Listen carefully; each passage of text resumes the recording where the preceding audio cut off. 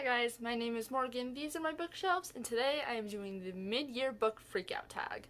I wasn't necessarily tagged by anybody specific to do this. I saw my friend Hope do it, and I think my friend Kim did it as well, so I was like, I should do that before it becomes too late to do that, so I'm uploading it now. Technically, these are usually supposed to go up in June, but I didn't upload it in June for reasons. So, there are 13 questions, so I am going to go ahead and get started.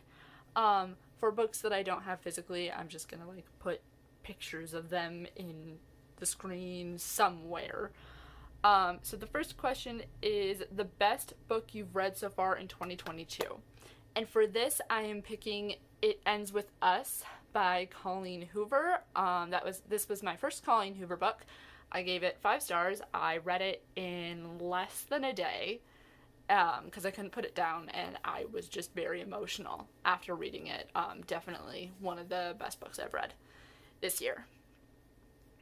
And then question 2, the best sequel you've read.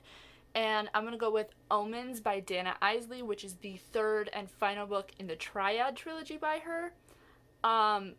It was just a sequel I had a ton of fun reading with Hope, and I loved the series as a whole, so I would believe that is the best sequel that I've read. Come to think of it, I have not read a lot of sequels this year. I've started a lot of series, but have not read a lot of sequels. So, yeah.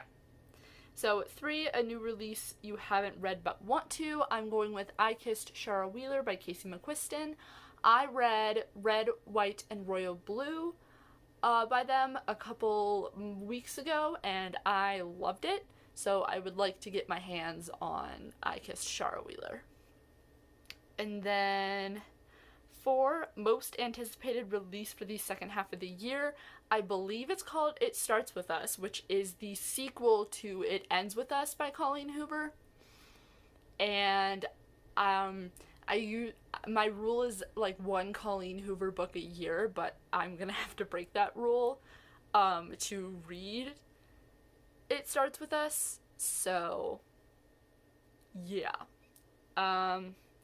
Next, we have the biggest disappointment, and for me, that is The Summer I Turned Pretty by Jenny Han. I loved the Laura Jean trilogy. I thought it was really well done, and I really enjoyed it. The Summer I Turned Pretty, it wasn't for me. I didn't hate it, but I didn't love it. So it was like a solid 3-star. I am gonna continue with the series so that I can watch the show, but that's kind of where my enjoyment was very limited for that book, but I watched it because I wanted to watch the show, of course. And then number 6 is the biggest surprise. So the biggest surprise of this year is Serpent's Touch by Marina Simcoe. And I picked this book up, honestly, as kind of a joke. I was trying to figure out what to read, and so I created my little TBR bucket. This thing is out of date, so it needs to be refilled. But that's not the point. Anyways, I was, fishing around, and I pulled out Serpent's Claim, because I had heard about it on TikTok, I think. And I was like, okay, I thought it was just going to be a 3-star read, didn't really think much of it. I started reading it, and I got to this point in the book, that involves a cucumber and an eye. I'm not going to go into any more detail than that.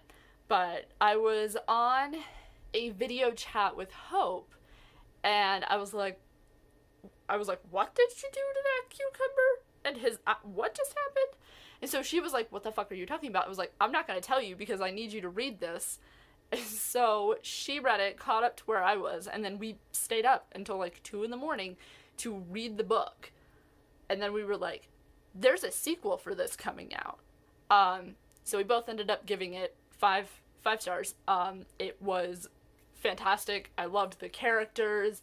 I loved the action. I loved how fun it was. It definitely wasn't necessarily a dark fantasy romance, which was nice. It was a little bit on the lighter side. So, I loved it. 5 stars. And I did enjoy the sequel. And kind of piggybacking off of that, for number 7, it is favorite new author, and for me, that has to be Marina Simcoe. Because, one, she's just a hilarious person. I've, interacted with her a couple of times on social media, and it's just, she's really fun to talk to. And I am excited to read everything else she has written. I have an entire list of her backlist. So I'm kind of I want to read everything this woman has ever written. So, yeah. Question number 8 is newest fictional crush. And for me, that is Max Stella from the Beautiful Bastard series by Christina Lauren. If you know me at all, you know that I love the Beautiful Bastard series by Christina Lauren. And I continued on with the series this year, finally. And Max Stella is the love interest in Beautiful Stranger, which is book 2. I loved it from page 1. I loved him, and I was like, yes, I'm here for this. It was funny, and I was like, yes. Anyways, newest favorite character has to be Nick from Heartstopper. I love him. I just want to be his older sibling. I want to protect him. I want to be his best friend. I want to give him hugs and love him.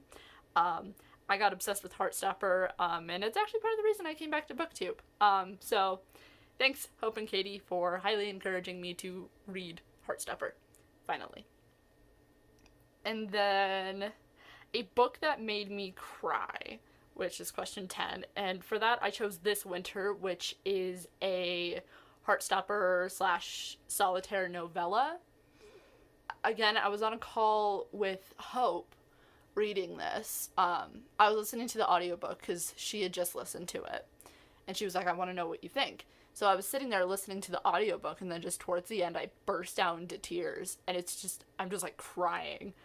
And I mean, I don't necessarily cry at books. I get sad with books, but I was wholeheartedly chest heaving sobs about this book. It was amazing. And then a book that made me happy was Hani and Ishu's Guide to Fake Dating. I read this towards the beginning of the year because I didn't know what else to read. So I was like, okay, well, I'll read this because it's LGBT. And I read it and I loved it. I had the best time reading it. Again, I couldn't put it down. I was reading it on my phone from my library, and so I was just flipping through the pages I just need to know what happens next. I was obsessed.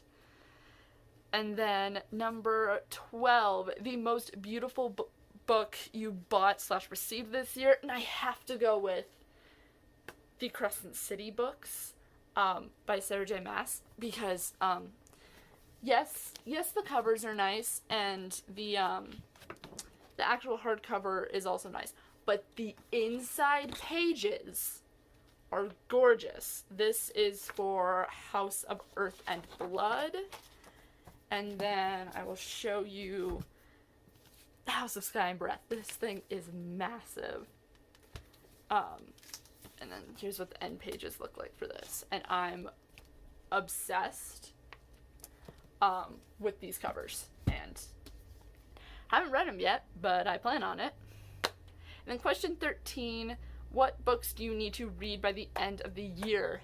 There are a lot, but a couple off the top of my head are I need to finish the Crave series by Tracy Wolff before the next book comes out, and I believe that comes out in November. So I need to get on it and start reading those books, because they're fairly long, but they're quick reads, so I'm not too worried about running out of time. And then Crown of Midnight. I won't be able to finish the entire Throne of Glass series, but I would at least like to get a good chunk of the way through so that I can finally reread ACOTAR with Hope, and then we can read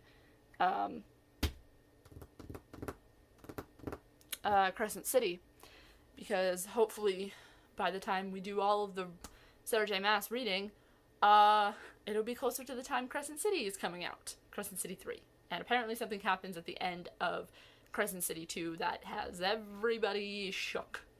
And I want to be part of the loop. Because my friends are talking about it, and I'm like, I don't understand what's going on. So, yeah. Anyways, I hope you guys enjoyed this video. Feel free to give it a like if you did. Feel free to give it a thumbs down if you didn't. I don't particularly care either way. Let me know in the comments if you've heard of any of these books, if you've read any of these books, or want to read any of these books. Don't forget that every Friday I run reading sprints, 2 p.m. MST, and I will see you guys in the next video. Bye!